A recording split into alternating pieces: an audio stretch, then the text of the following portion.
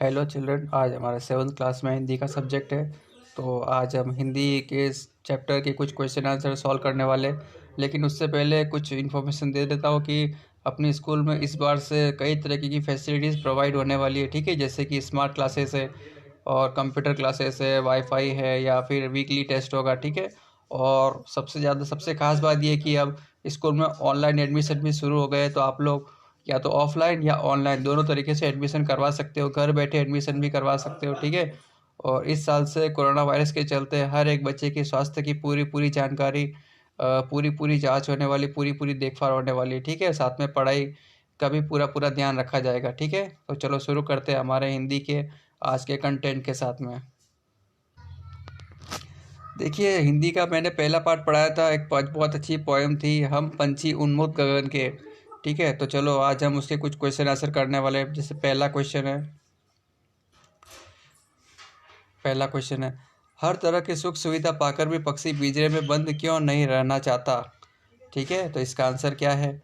पक्षी के पास पिंजरे के अंदर वे सारी सुख सुविधा है जो कि सुख सुविधा जीने के लिए आवश्यक होती है, लेकिन वह परतंत्र है। वह हर तरह की सुख सुविधा पाकर भी पक्षी पिंजरे में बंद नहीं रहना चाहते, क्योंकि उन्हें बंधन नहीं अपितु स्वतंत्रता है। वे खुले आकाश में उड़ना, उड़ान भरना, नदी झरनों बहता जल पीना, कड़वी निबोरिया खाना ही पसंद करते। कवि ने पक्षी के माध्यम से वह बंधन मुक्त जीवन जीने की कल्पना की है। ठीक है, फिर आगे देखिए सेकंड क्वेश्चन,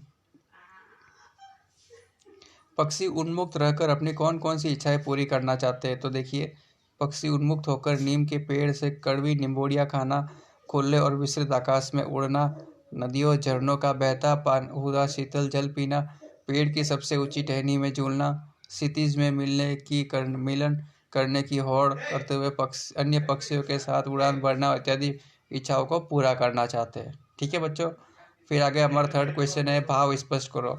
या तो क्षितिज मिलन बन जाता या तंती सांसों की डोरी। ठीक है, तो इसका आंसर है, देखिए, प्रस्तुत पंक्ति भाव यह है कि पक्षी क्षितिज के अंत तक जाने की चाहत रखते हैं, जो कि मुमकिन नहीं है, परंतु फिर भी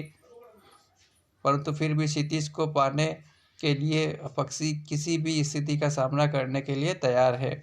यहाँ तक कि वे इसके लिए अपने प्राणों को भी न्यौछावर कर सकते हैं, अर्थात स्वतंत्रता की कीमत उसके प्राणों से बढ़कर होती है। फिर इसके बाद में देखिए फोर्थ क्वेश्चन, बहुत से लोग पक्षी पालते हैं, पक्षियों को पालना उचित है अथवा नहीं, अपना विचार स्पष्ट कीजिए।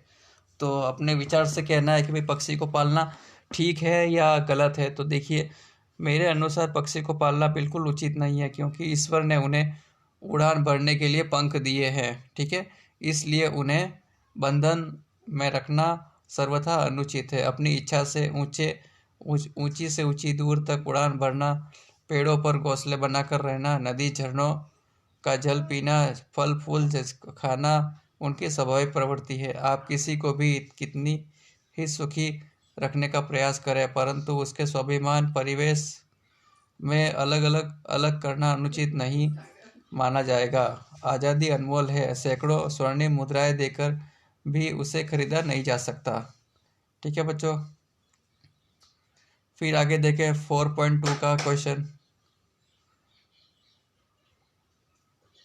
क्या आपने या आपकी जानकारी में किसी ने कभी कोई पक्षी पाला, उसकी देखरेख किस प्रकार की हो जाती होगी, लिखी है। देखिए, किस प्रकार से अगर कोई पक्षी पालता है तो उसकी देखरेख किस तरह से होती है। तो देखिए, एक बार एक घायल कबूतर हमारे घर आ गया, जिसकी हमने देखभाल की, और उसके ठीक होने के बाद हमारे साथ ही रहने लगा। सब घर वालों के लिए वो कौतूहल का विषय बन गया था। हम सब घर वाले उन्हें नन्हे बच्चे की तरह उसकी देखभाल करते थे। उसे रोज नहलाया जाता था, उसके खाने पीने का बरकरार ख्याल रखा जाता था, लेकिन हमने उसे पिंजरे में नहीं रखा, बल्कि वह अपनी इच्छा अनुसार पूरे घर में उड़ता फिरता था। इस प्रकार अपने पक्षी का पूरा ख्याल रखते थे।